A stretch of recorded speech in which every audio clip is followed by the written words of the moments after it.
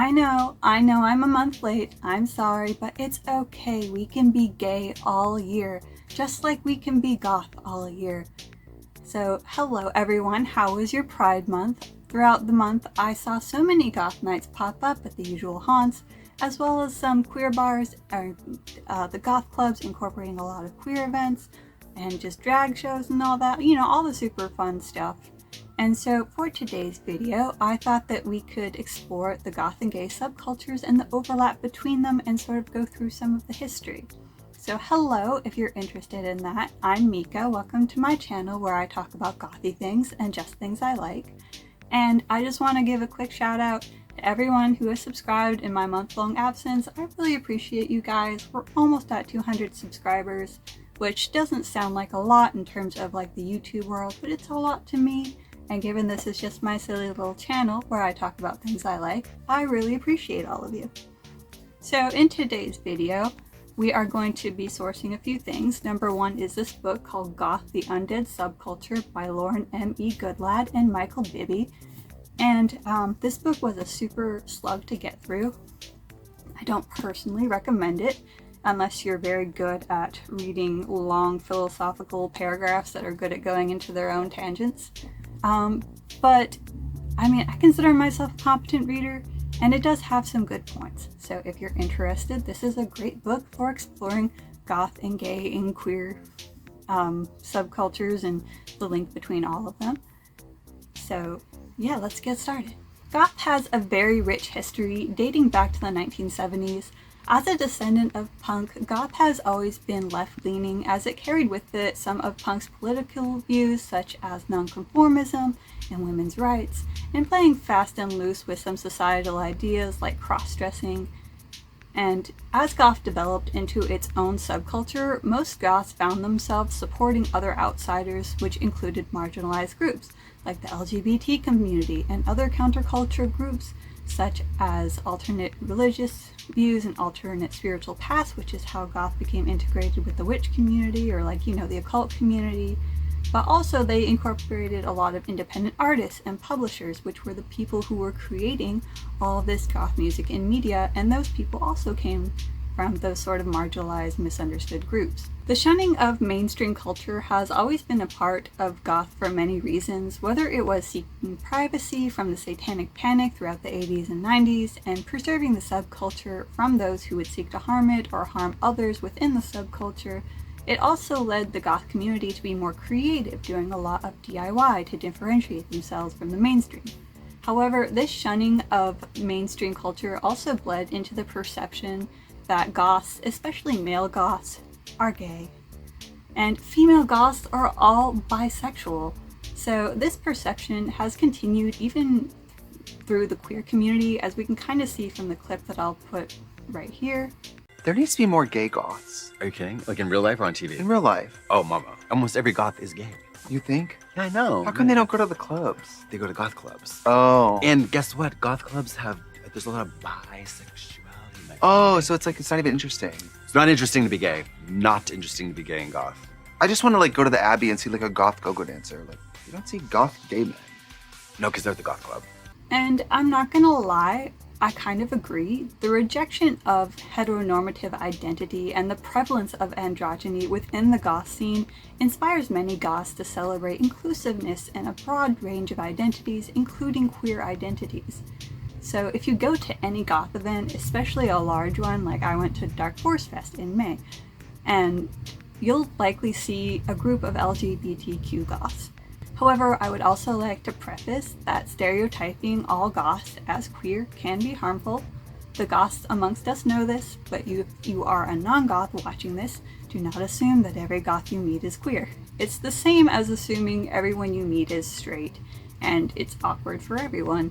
But if I go too much into that, I will get into a rant about the sexualization of goths, which is an entire other video, so let us continue.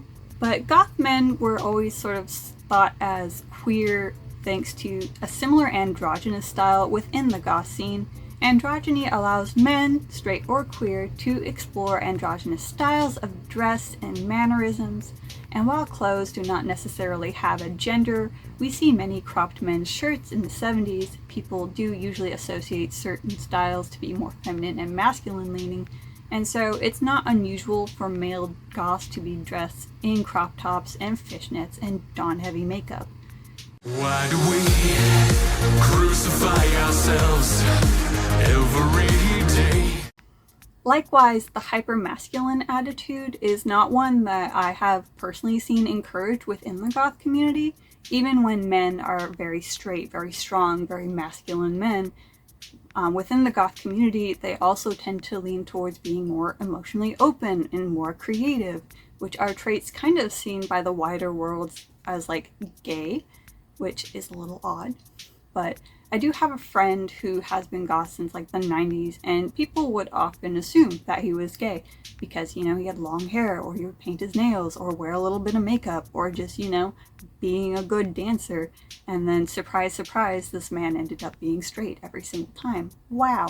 But at the same time, this androgynous identity allows women the comfort to act more intelligent, more assertive, and more powerful and sexually open without shame from their male counterparts within the goth community. However, this is sort of a double-edged sword, as harmful stereotypes like the goth domi-mommy, which is a stereotype in which straight heteronormative men believe that goth women are very frisky.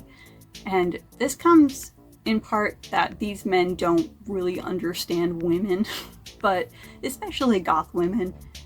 When in a safe space, such as a goth night, most men don't understand that women, especially goth women, will be more assertive and be more forward and dress how they please. And this can include like just wearing just about nothing. Like the goth community is sort of the one place where a woman could go out on the floor with nothing but tape on her boobs and like a thong and go dance, and no one would think twice about it, right?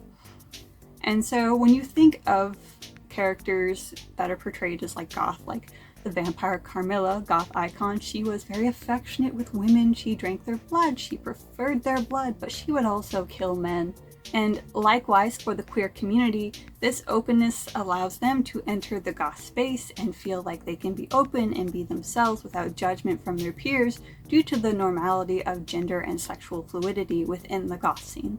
And so the goths and gays do have a history of shared spaces, whether it is like the Nectarine Ballroom, which was a multi-purpose dance and music space that held disco nights and gay nights and also goth nights. And it was a place where goth bands like Fields of the Nephilim played, or a more modern example such as the Wicked Witch in Raleigh, North Carolina, which hosts goth nights and gay nights. I found an article by The Skinny Co. from 2007 in which the author states, although some LGBT people enjoy traditionally straight clubs with no problems, many find straight clubs intimidating and unsafe, myself included. It's only in specifically LGBT-friendly clubs that I feel safe snogging a female partner without worrying about being ogled or even harassed by uninvited straight men.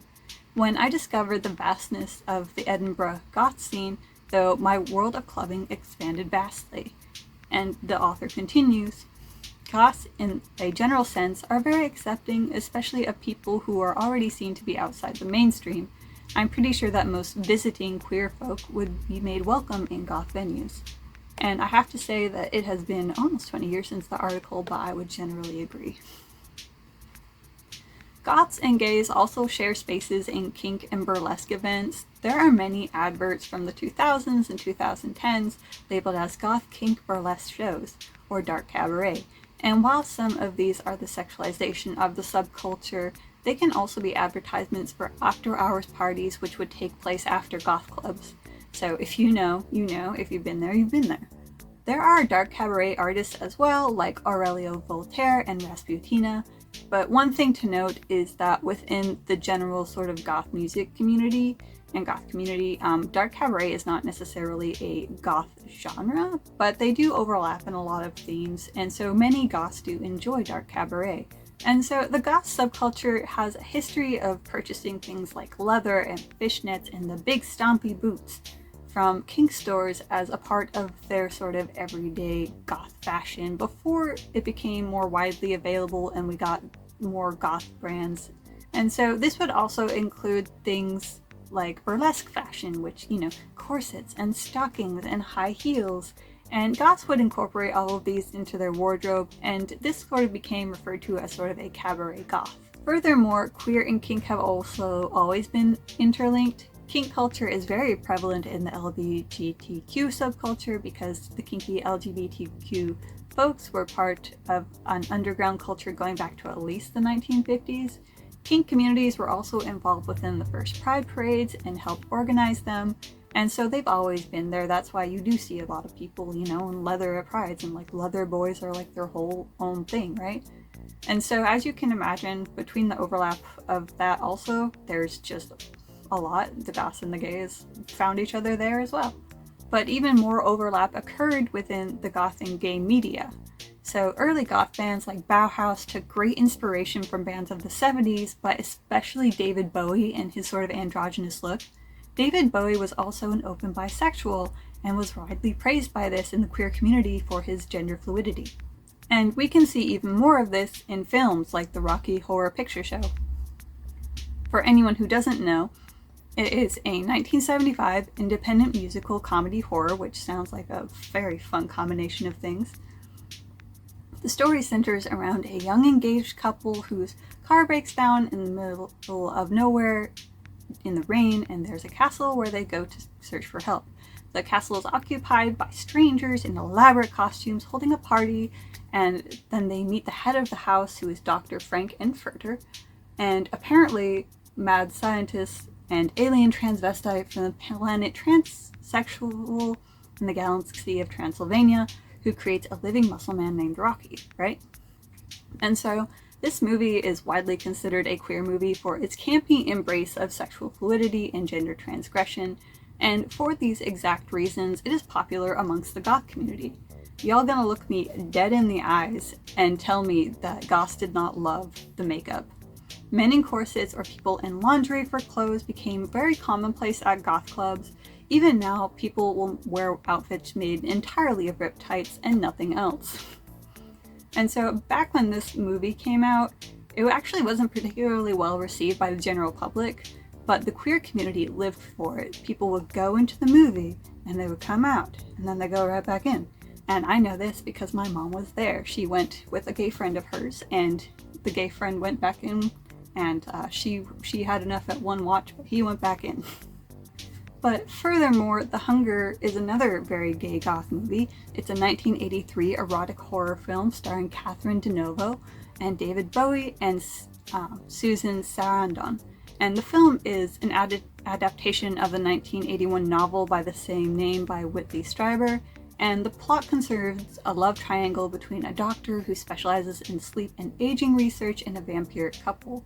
The movie features bisexual vampires, love, lust, and violence, and it features David Bowie, who you know that the goths already love. And so because of this, goths and gays ate it up. But it was also the defining film that inspired one of the most prolific goth magazines in the American culture, which was Propaganda magazine. Propaganda was an American Gothic subculture magazine founded in 1982 by Fred H. Berger, a photographer from New York City. And Berger's photography was featured prominently in the magazine as well. Propaganda focused on aspects of the goth subculture, including fashion, sexuality, music, art, and literature. Propaganda was known to feature imagery of queer individuals and people dressed in non-gender conforming outfits, and Berger used this to explore his own sexual identity by including queer imagery, especially of men. Berger included men in feminine wear like long skirts, long gloves, and teased hair, and in America in particular, this led to many people sort of copying the looks from this magazine. Likewise, there were also women dressed as boys with short hairstyles, and most of the time when flipping through the pages, the reader was kind of left guessing whether or not it was a boy or a girl in the magazine. It was extremely subversive for its time, and in later issues, Propaganda did focus heavily on the kink and fetish subcultures. And I do have a couple of Propaganda magazines right here for y'all to look at. So this would be an example of one that was more queer leaning, which was later in the 90s.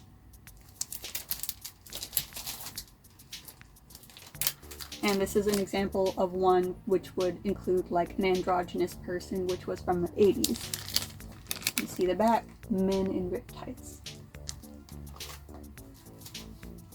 In issue 24 of Propaganda, there was also an article on the book Exquisite Corpse. Essentially, the book is a horror book about an artist's desire to create, but his medium is murder. After escaping prison, the main character has this perverse desire to destroy young men, and it invites the reader into the mind of a killer. And if you're into horror novels, this is a really good read. It's described by readers as messy, wild, and metal as fuck. The book is very gay and dark and exquisite, but also deeply unsettling, so there's a little trigger warning for anyone who might not be in the mind space for that. In the interview with the author Bright describes himself as a gay man stuck in a woman's body, and Bright did actually end up transitioning in 2010 to Billy Martin, and we respect that.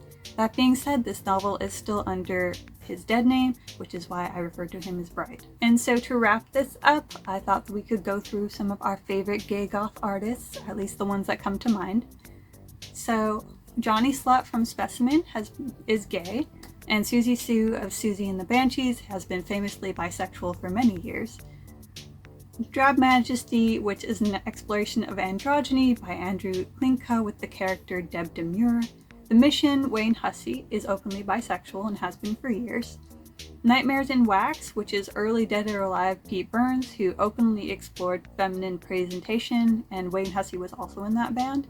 And March Violets, Rosie is openly lesbian, and I believe off the top of my head, Tassel, which I know they're not currently creating music, but I believe that they have a transgender member. And I'm sure that there are so many more that I did not mention, so please feel free to leave your favorite LGBTQ plus artists in the comments below.